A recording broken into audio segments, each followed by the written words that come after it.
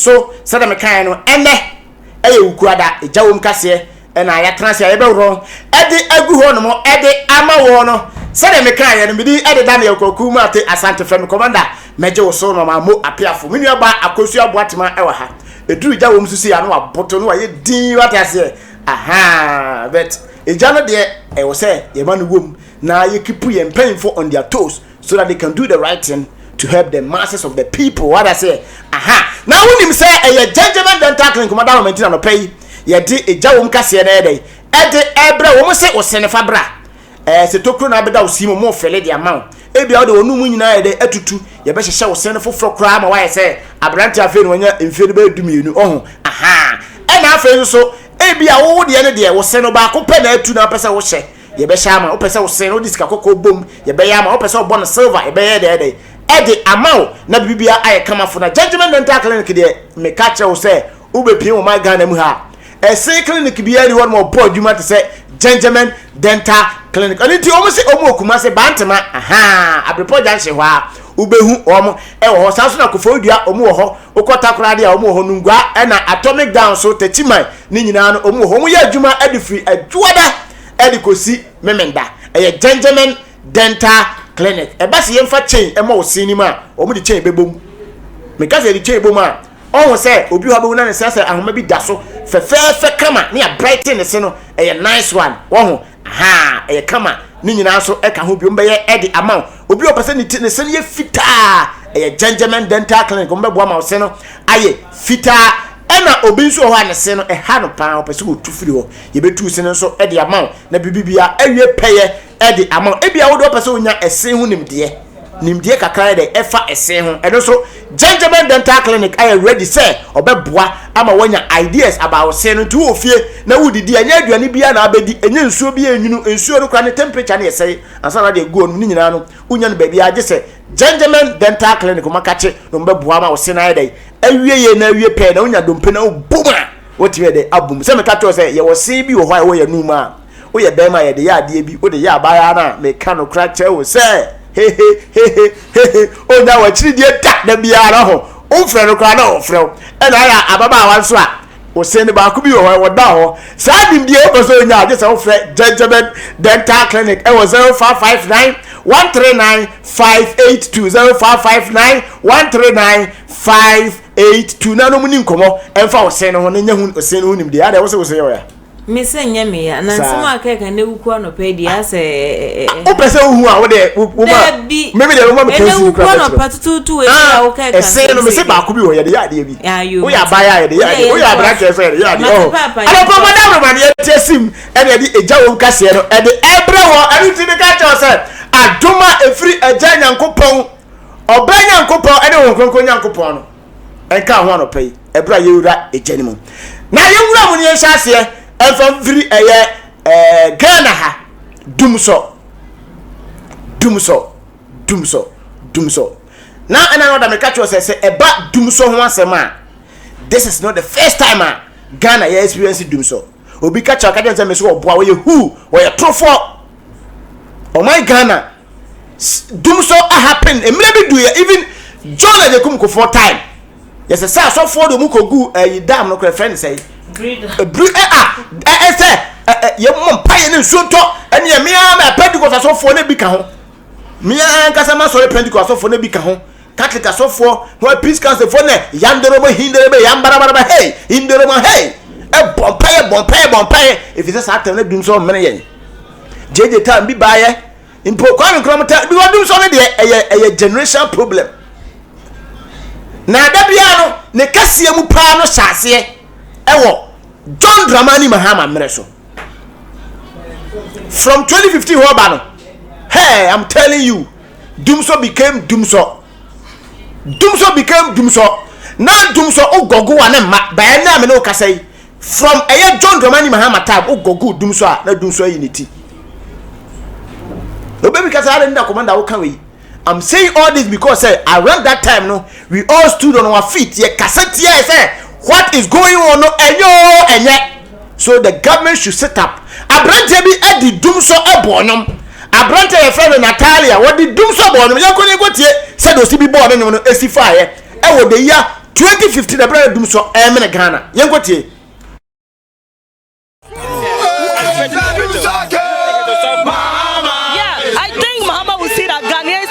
about what you are doing. I work in an NGO actually, and as of now, because of this Dumsor, my boss gathered us last week in a meeting telling us he was reducing our pay 5%. Every day we lose about 3 bags of cement, and my brother, my business is collapsing. Where are you 2015? A brother Dumsor no ye den no abrante de bonum. Na bia benam bia Dumsor beti generator to papa. Emma John Dramani Mahama Ghana man panyin kura be toto yampia. Ghana man panyin da his excellency was say ai Ghana for mabunu no smart. O kan sa sem we mo nya smart. Say Dumsor ba go and say generator to generator fire adwuma no say as sa atem na generator akwa de cheche. Nya de cheche. John Dramani Mahama on an interview o kan sa sem we say Ghana for mabunu nya smart. Upadwuma ya light na duma uyitire akoto generator obi oyitire sata no uyitire ba kwa age 5 cd ukoto generator ye to generator say omu di adwene ho agro politicians say oh my ganima omu di adwene ho agro sa and nam sa Dumsor we so ama Ivonesen edi animu eboaboa maburu bia no sinitwafo bebira no ani omo kabie woma no eye vigil e wo my Ghana mu ha on Dumsor yankone go say the vigil ni si ko ye a nsama nkofo kan ye e de fa Dumsor no yanko ni ko ye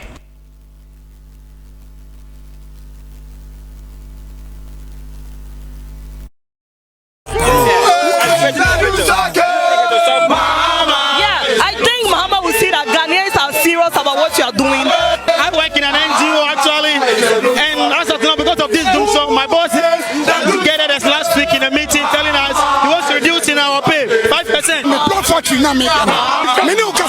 Every day we lose about 3 bags of cement, and my brother, my business is collapsing.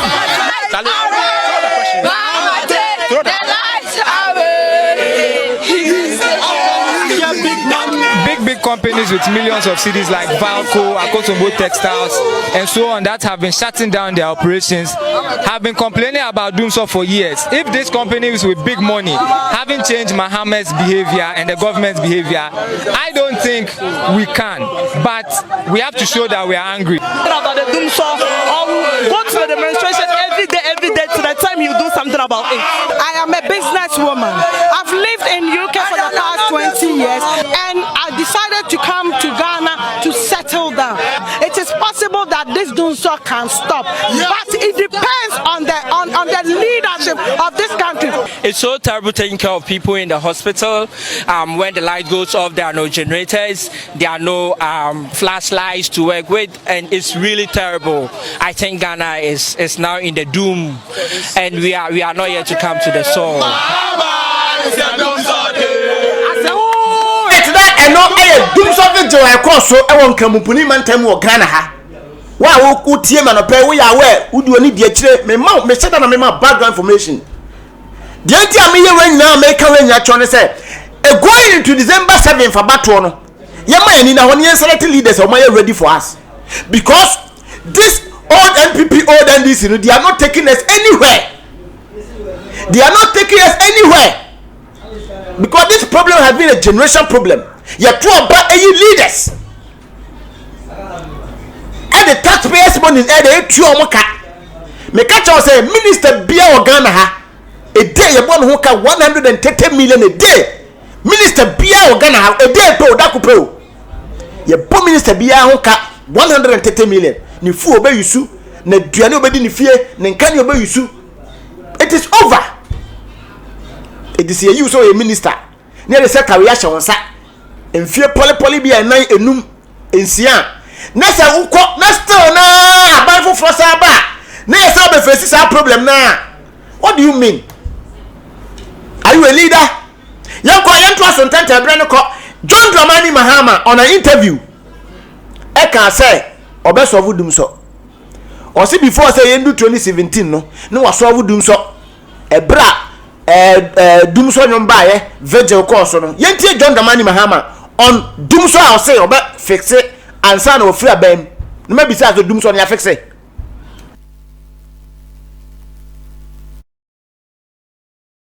Was gone through some period when they didn't have lights. We've had to exchange power. At times when they don't have, we have given them. At times when we don't have, they give us. And so it's not something new. Since the 70s, our two power systems have been interconnected with each other. Ghana had Akufo-Addo'S, which we thought would never, finish. And so we had excess power. And so we used to give Togo, Benin, we used to give Cote d'Ivoire. Unfortunately, the results of climate change have changed things. And aside from that, it's a sign of our growing economy. Our economy has grown so fast that demand for power has ballooned. And we had not been consistent in putting in, enough generation to meet the demand. Aside from that, while demand was increasing, power from our hydro sources has been going down because of the low level of the lake, because of climate change, less rainfall and all that. So it's been a very complex situation, but I normally don't want to place blame. I took responsibility to fix it, and I believe that we do have some stability in our system now. Indeed, we're going into the era of energy security, because with... So you haven't fixed it yet? We fixed it. We're going into the period of energy security. I mean that the period where we can suffer no such reversal. When will that period start? From 2017. January 2017? No, with the 10 field, I went and tendered about for the 10 field. Sometime next year, we should see about another 70 million standard cubic feet of gas, coming into a trouble. And then end of 2017, the ENI field will start. And sometime in 2018, we should have 150 million standard cubic feet of gas. So by the end of 2017, we should be fully energy sufficient? By end of 2017, we should be energy sufficient. By end of 2018, we should have excess. John Dramani Mahama, His Excellency, the former President of the Republic of Ghana, Okasa same way, 2016, sir, before 2017, no, who Dumsor bio if he say we fix it Dumsor. And then this is from TV station to TV station, radio station to radio station, and I will bash your by say Dumsor. You promised Ghanaians, you gave promise to Ghanaians and must solve Dumsor. So where free? Where is this coming from? Obia must solve Dumsor. You spend billions of cedis. Ewo Ghanaian somehow. A certain year power minister, who's pretty energy sector no. Power minister, near Sanso, energy minister. You see, who increase your minor cost.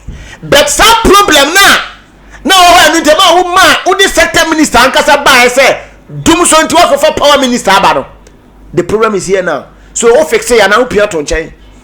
Fix it, Dumsor and I say, who Pierre Tonche. Where your question? Me, Mr. His Excellency, the former President of the Republic of Ghana, John Dramani Mahama said, fix it, Dumsor. And now Pierre Tonche. You see, you are playing on the intelligence of Ghanaians. We are no more going to sit down again. Say what the Katremade and Fefeba the fire home. Oh, be prepared not Tonche. You come back say yes, I'm trouble of you. Let's have a leader. I'm taking this opportunity to tell Ghanaians say we should open our eyes and our mind going forward, 2024 general election, to about money now. Be a what dream. A more be a Katremade na doubt. If you say your leaders no mudi anymore, if you are not smart, they will take you as a fool. John Dramani Mahama so fix it Dumsor. It is na ekoswe. The ekoswe sisi ana ede mi bisa. Why you mano e de bade. Now when you say Nana Akomea na make na sem start no a communications director at the NPP amanyukuo no e wo my Ghana mu ha. Ono so betra TV so on news far e ka kire say Mahama calls Dumsor etu asovu Dumsor a onka na nontum. Na say ono so confirm say Mahama asovu Dumsor. Nana Akomea on the side of the NPP e be can say Mahama and the cost of Dumsor to a solve Dumsor on Canantum. You're going to go to Asama Nanakum Yakai on news far. Netie Tiasama Nakum Yakai on the road. Yeah, last month. But this business about the energy. The president, you see, the biggest problem this government faces, and I really wish they can take this advice. The biggest problem they face is the propaganda. So you would do some effort, you achieve some progress. It's okay. But the way they try to take huge political advantage, but that's what brings this is not some progress. Let me show you how. So you've done summer work and brought in emergency power in 2015. And it has almost stabilized the power situation. You've done some work. But then look at them. We've done the fastest mobilization of emergency power. Nobody has seen it before, blah, blah, True, blah, blah. fact. But you see, then when you say that, then the question is, if you knew that you can mobilize emergency power, why have you sat down for 3.5 years for Ghanaians to lose their jobs because of Dumsor? For companies to shut down because of Dumsor? For people to lose their lives because of Dumsor? If you know you could mobilize emergency power. Because this is what the president told us in 2012, September. He said, government has taken immediate steps to address the load shedding challenge. I have directed an interministerial committee chaired by the Minister of Energy with immediate effect to engage the critical consumers of electricity, in particular health and water supply facilities and key private industry establishments, to implement measures that will ensure that the nation's strategic services and industry are not disrupted. While we are assured of the resumption of supply of gas from West Africa Gas Pipeline in the next few weeks, we will redouble our efforts to make up for the shortfall. Nana Akumia, na make that no communications director Edema NPP amanyokuo no or national onye say constituency and say na sama o kan no enu ama Dr. Alhaji Mahmoud Bawumia, the vice president of the Republic of Ghana, His Excellency, that time we running mate Edema Nana Adodankwa Akufo-Addo, His Excellency the president of the Republic of Ghana. On also be kan say Bawumia calls friend say Mahama calls Dumsor. It is what solve Dumsor. He need no marks. Any kwase score the points bia. Yenti asema Bawumia kan e dey fa Dumsor no that time. We nyina make nyina no 2016 asema na no kan. Tie of Dumsor, and Dumsor has been caused by the financial and economic mismanagement of this government, and so we shouldn't be giving them credit for solving a problem that they have solved. Cause of Dumsor, and Dumsor has been Dr. Alhaji Mahmoud Bawumia, the vice president of the Republic of Ghana. Now no this am na ate on Dumsor. Now with him ebra na say we cost 2016 na Akumia kan dey 27th March 2016 and Bawumia so be kan the next month na Bawumia so be kan on December friend say 2016 na mu eno bufu be say John Dramani Mahama mu na tie Mahama ko jira simpie so no okasa unze sata na incompetent Mahama na apaja ni mu pa o je bufu to bom tie so Mahama ka tie. So you hear Bawumia and say incompetent Mahama'S administration, incompetent. You've never held any responsibility anywhere near presidency before. You don't know what it is like to be president.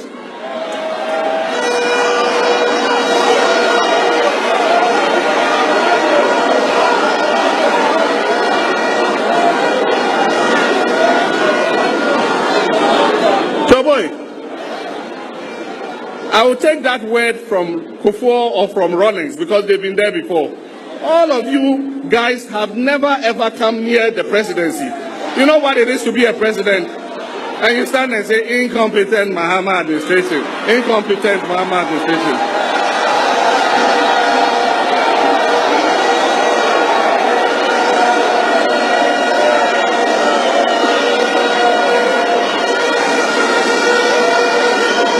Choboy, what do you know about competence?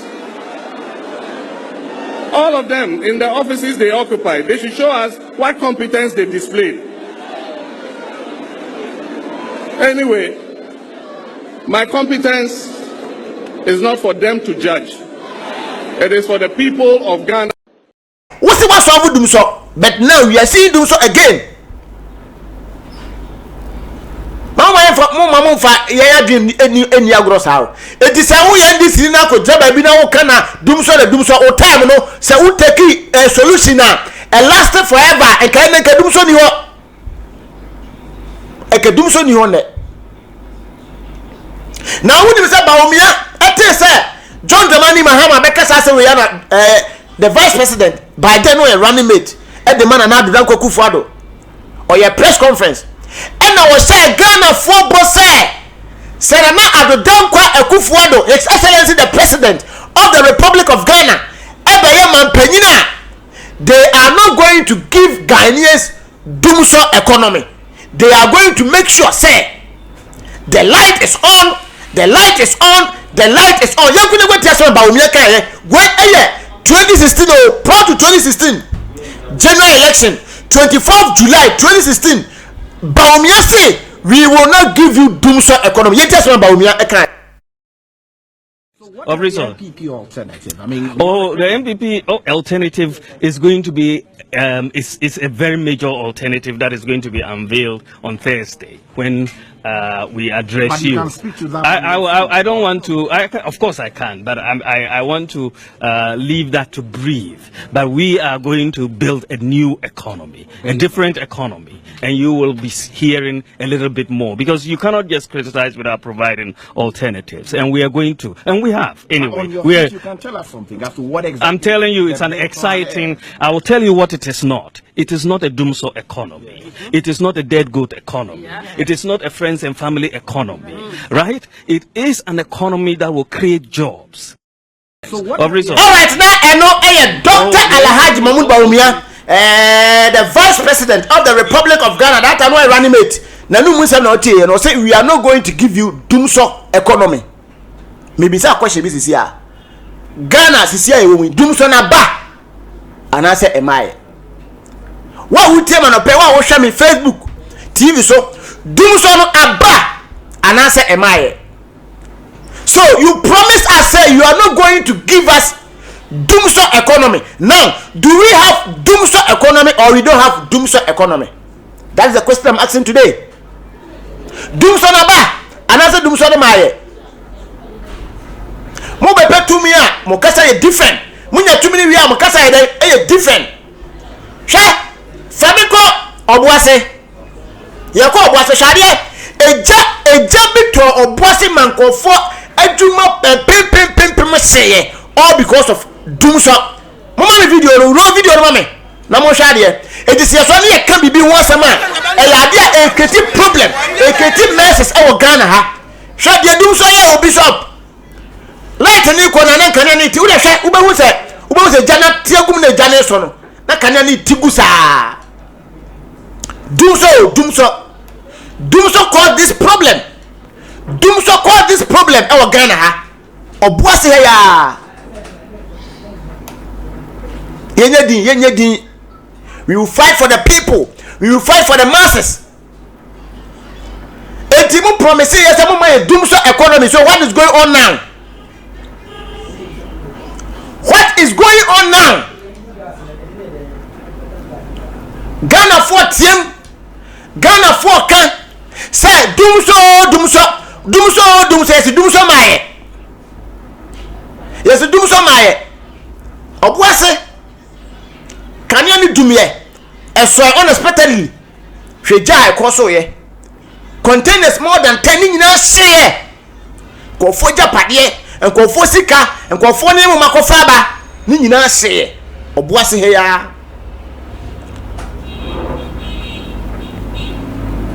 Where are we going as a country? Are we ready to solve the problems? And I say we are just doing politics. Political mindset. Anyway, 3 man. We should keep our leaders on their toe. Afi makato say over December 7th for momoni na ho. Open your eyes. Open your eyes and know how to vote. Mo abato no ehomran fa so mfa mawo ene o man na wotim no. Light na akoso sa mess we yo. Me pe bia na light ahoma no kra titi ja na ho na me nya ya. O frɛ ayi fire for so a o mbeba na ja na hye awie no mo bedum nson e wo Ghana ha o. Eja na hye awie no mo bedum nson no e wo Ghana ha. Bo so me so an ya te obi tax ya te tax kakraka. Ne ya ko tuo mo ka. Ye ka o ma sama ye nka. We have the energy ministry. Dr. Matthew Poku Prempe, we are fine gentleman. I respect you a lot.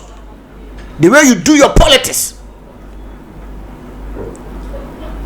Ufra himfie nyamia domo eni monyam bibiamu unim denso kama. What is going on under your watch? Also, you see ebi mo sabotage no cry na say no pa. What are you doing about it as a minister? Say who dem say civil society organization be call say we should sack you as a minister. We are aware. And no press conference I hold be because we are aware. Interviews because on Peace FM say you see any Napo because Napo is not doing his work. Live on Peace FM. Amanfo is calling for your removal. So as a minister, and I'm not being as a minister proposed to be a running mate for the ruling government, I'm asking say, and I'm not being able to for Dumsor you because for the past 3 months and I we are koswa response be my. Are we serious as a nation? Where are you going as a nation?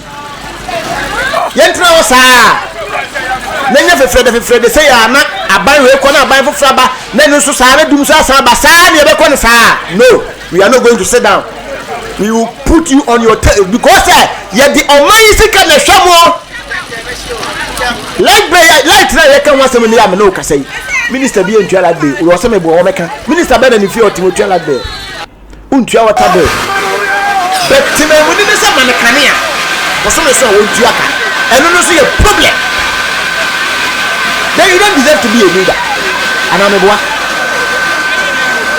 Dr. Matthew Poku Prempe, the minister, energy minister, a bra and people are going to campaign.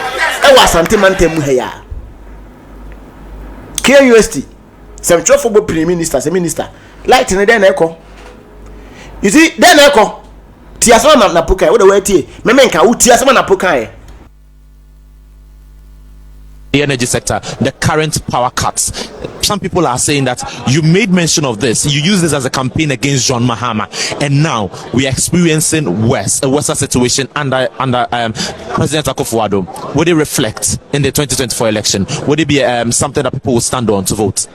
If you are comparing 4 years, MPP administration, energy sector is 300 times better than John Mahama. But we are still experiencing Dumsor. Nobody has said we haven't. I'm just saying it's far much better than John Mahama ever did. You do admit that there's Dumsor. That is the word you used. I have never used that word.